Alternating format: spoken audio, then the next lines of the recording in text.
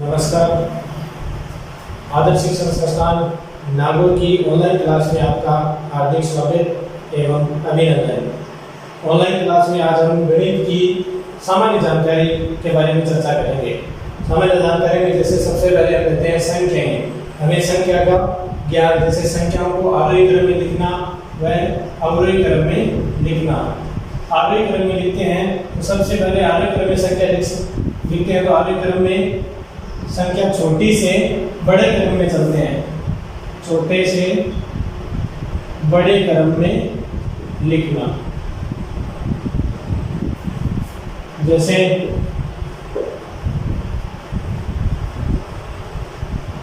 छोटे से बड़े क्रम में लिखना, जैसे 1 2 3 4 5 6 7 8 और 9, ये तो है संख्याओं को आरोही क्रम में लिखना। अब ऐसे ही संख्याओं को हम लिखेंगे अवरोही क्रम में लिखना। अवरोही क्रम, अवरोही क्रम जब लिखते हैं तो लिखते हैं सबसे पहले बड़े से छोटे क्रम में लिखना। बड़े से छोटे क्रम में लिखने का मतलब है बड़ी संख्या पहले और छोटी संख्या बाद में। जैसे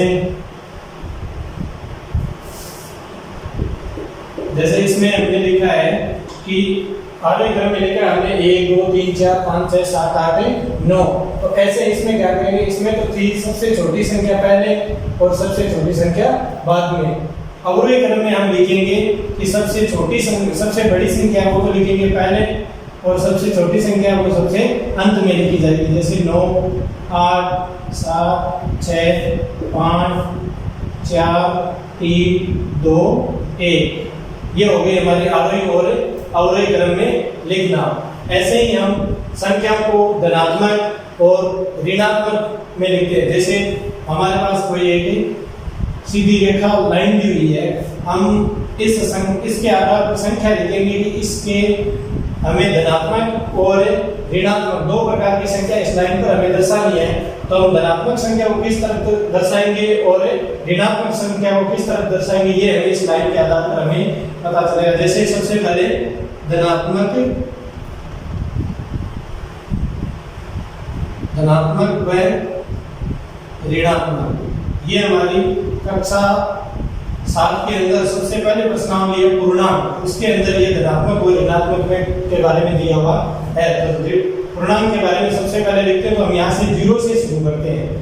अब 0 से हम एक तो इस तरफ बढ़ेंगे और एक बढ़ेंगे इस तरफ, दो तरफ है हमारे पास। अब इस तरफ बढ़ेंगे तो हम लिखेंगे इसको तो बोलते हैं धनात्मक,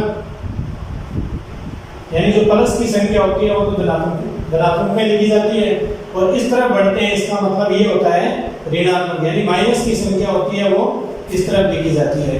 तो जैसे मैंने लिखा यहाँ पर 1, अब धनात्मक की संख्या को हम प्लस लगाकर नहीं लिख सकते, सीधा ही लिखेंगे 1 फिर 2 3 4 5 और 6। ऐसे ही हमारे पास इधर लिखना है आपको ऋणात्मक संख्या में लिखना है। तो ऋणात्मक संख्या में लिखते हैं तो सबसे पहले हमारे पास आता है -1 -2 -3 -4 -5 और -6। तो ये हमें धनात्मक और ऋणात्मक संख्या के बारे में पता है। जैसे धनात्मक और ऋणात्मक संख्या के बारे में लिखना, तो ऋणात्मक का मतलब होता है इधर माइनस की संख्या लिखना और इधर प्लस की संख्या लिखना। ऐसे ही आपको मान लीजिए कोई भी संख्या दे दी, जैसे कोई भी लाइन दे दी, अब आपको ये बता दिया इस रेखा पर आपको धनात्मक और ऋणात्मक संख्या दर्शानी। आपको कोई संख्या दे दी जैसे -1 5 3 2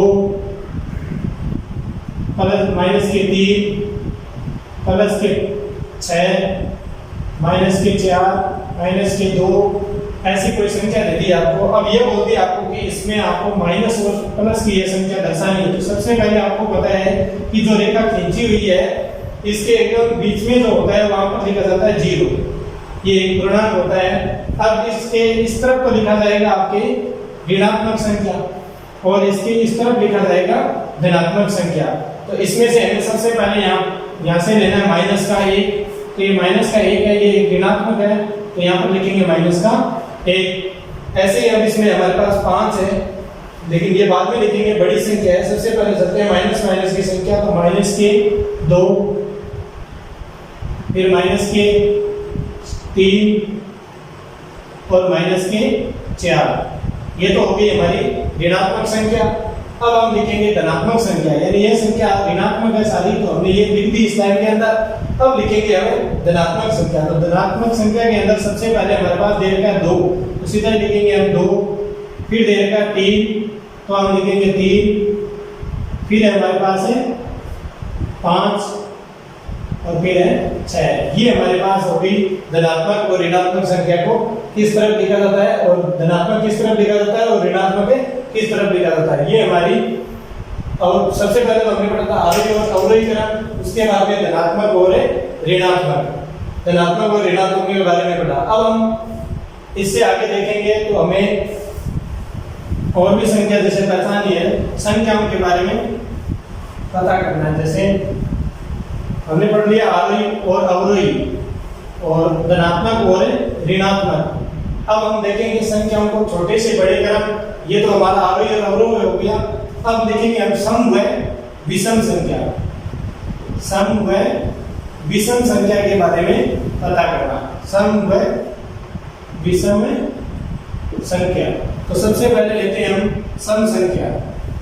सम संख्या क्या होती है?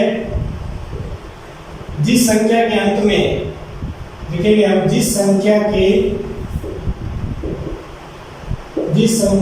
अंत में, जिस संख्या के अंत में 0, 2, 4, 6, 8 आए, वह संख्या सम संख्या होती है। वह संख्या सम संख्या होती है। जैसे मैंने लिखा, कोई भी संख्या लिख दी, आपको दे दिया 0, 2, 4, 6, 8, ये संख्या दे रखी, ये तो हमारे को पता है, ये तो सम संख्या है ही।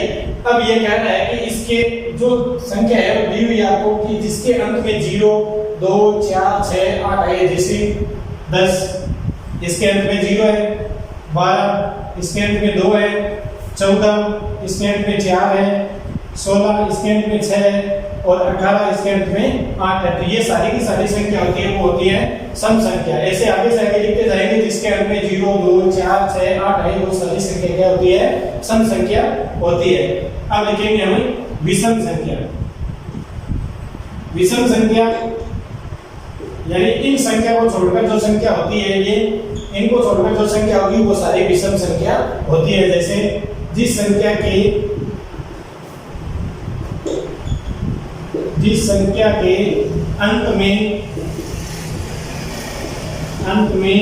1, 3, 5, 7, 9 आए, जिस संख्या के अंत में 1, 3, 5, 7, 9 आए, वह संख्या विषम संख्या कहलाती है। जिस संख्या के अंत में 1, 3, 5, 7, 9 आए, वह संख्या क्या संख्या कहलाती है? विषम संख्या कहलाती है।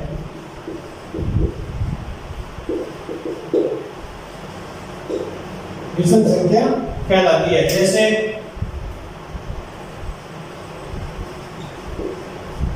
जैसे ये सारी संख्या जो दे रखी है 1, 3, 5, 7, 9, ये तो विषम संख्या ही है। अब ये कह रहा है जिस संख्या के अंत में, जैसे 11 ये एक विषम संख्या है, 13 इसके अंत में 3 है, इसलिए ये भी विषम संख्या है, 15, 17, 19 ऐसे आगे से आगे लिखते जाएंगे, जिसके अंत में 9, 7, 5, 3, 1 आई, वो सारी संख्या विषम संख्या कहलाती है। ऐसे ही आपको कुछ उदाहरण दे दे कि आपको संख्या पूछ ले कोई भी, जैसे मान लीजिए आपको संख्या दे दी,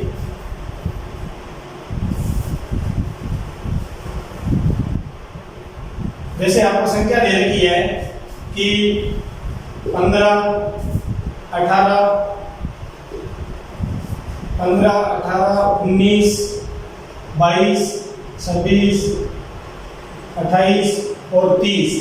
इसमें से आपको ये दे दिया कि इनमें से सम संख्या और विषम संख्या अलग अलग करनी है। तो मैंने आपको समझाया था, अभी बताया था कि जिस संख्या के अंत में 0, 2, 4, 6 आए वो संख्या सम संख्या आती है, और विषम संख्या के बारे में बताया था जिस संख्या के अंत में 1, 3, 5, 7, 9 आए वह संख्या विषम संख्या होती है। जैसे इसके अंदर सबसे पहले 15 है, ये हमारी कौन सी संख्या होगी?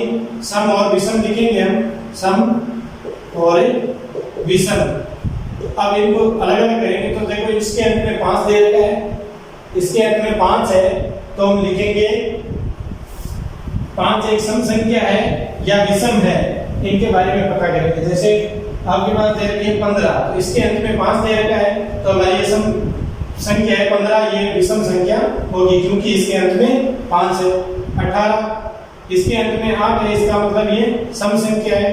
19, इसके अंत में 9 है, इसका मतलब ये विषम संख्या है।